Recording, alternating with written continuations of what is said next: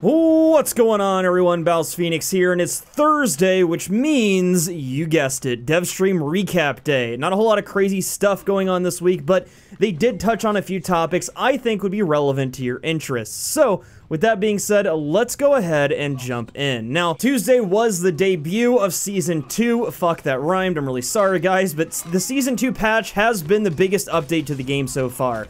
We got new characters, a bunch of fixes for stuff, new maps, and so on, and as most of you may know, especially those of you that write code, when you change stuff around, other stuff gets broken. Well, as we know, For Honor is no exception, and since the launch of the patch, there have been a few issues cropping up for a good chunk of the player base. Now, these include, but are not limited to, an unknown NAT type.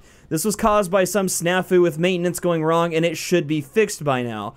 We also have the dreaded sound glitch where some or all of your audio isn't playing in the game. Now, I've been dealing with this one since the patch before Season 2, I believe. It's pretty frustrating, but they have a fix for this one, and it's on the way. This one will be coming by way of a hotfix, so hopefully we won't have to wait too long.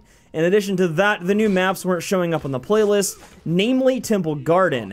This is going to be fixed via seamless maintenance here soon if it hasn't been already. I've only played a few games today and I haven't seen the map yet, so I can't confirm on this one, but maybe one of you can. And lastly, the final problem they mentioned was the black screen issue. This one happened to Schmalti when we were playing last night, so hopefully that gets addressed soon too. On to the next topic though, they did talk about some of the new infrastructure they'd like to add to the game in the coming patches.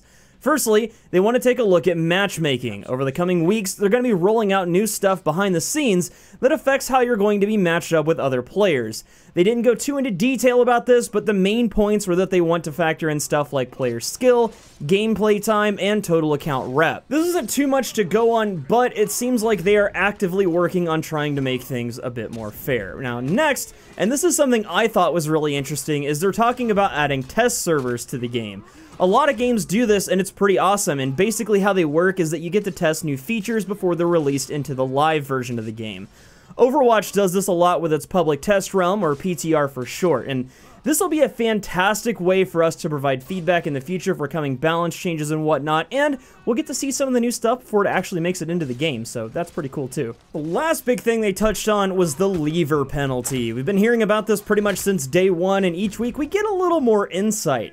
This week was no different. As it stands, they basically had the solution ready to go, but at the last minute they found some weird bugs that had cropped up. Now, I know a lot of you are dreading a lever penalty because of the game's connection issues, but they did assure us, though, that if you're disconnected, it will not count against you. It'll only affect people that leave a match through the menu, Alt F4 out, or close the game manually, so there's that at least. Moving on, though, they wrapped up the cast by bringing in Roman, whom I actually want to take a second to congratulate. Roman is now the creative director of For Honor. This is pretty awesome news because this guy is extremely passionate about the game, and I know he'll take it in the right direction. And if you want to hear some of his thoughts, you can check out the exclusive interview I had with him earlier this week by clicking that card on the screen. Anyway, though, one of the big things they addressed were the samurai characters. They're still working on cracking the defensive meta, but want to roll out some changes to Kensei, Nobushi, and Orochi before that comes, and to piggyback on that, Roman had a few interesting things to say about balance and how they accomplished that. Now, he also talked about this in my interview, but the short version of it is that they don't just look at win-loss rates. That's just the first layer. A lot of the other stuff comes from community feedback, the stats of high-level players, and a few other avenues. So it's not as one-dimensional as people think. There's a lot that goes into it, and with a game with as many moving parts as this one, it's gonna be a continual process, especially as new characters are introduced. Speaking of new characters, surprise, surprise, people are already crying buff this, nerf that, which is to be expected, but I have to side with the devs on this one when they say just give it a little more time.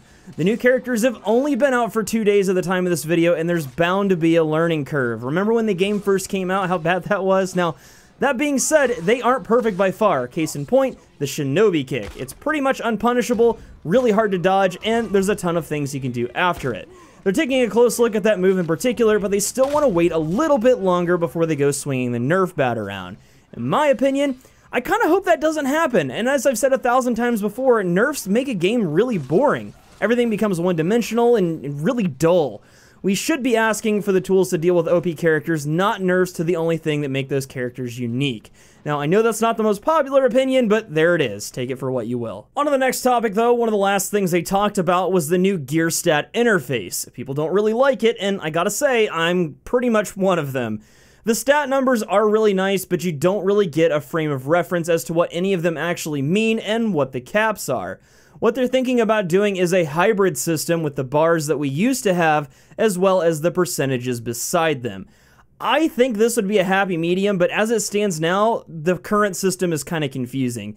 I'll take some more time this week to try and sort it out, so if you have any questions, let me know in the comments, and I'll try to sort it all out and have an answer for you in video form here soon. But that's pretty much it, guys. There's a new event coming this week for Dominion, which should be a cakewalk, and there are no new outfits coming next week, so save your steel for the new characters when they're released for non-season pass holders. That is all for today, though. If you found this video helpful, do me a favor and drop a like down below, and if you're new here, get subscribed and click that bell icon so that you never miss any new content. Also, if you haven't already, I've got a Discord server set up for you guys, and I'm usually around to chat, so drop by and check us out by clicking the link I've left in the description below. Until next time, though, I'm BouseFeenux. I'll see you at the next video, and as always, thank you so much for watching.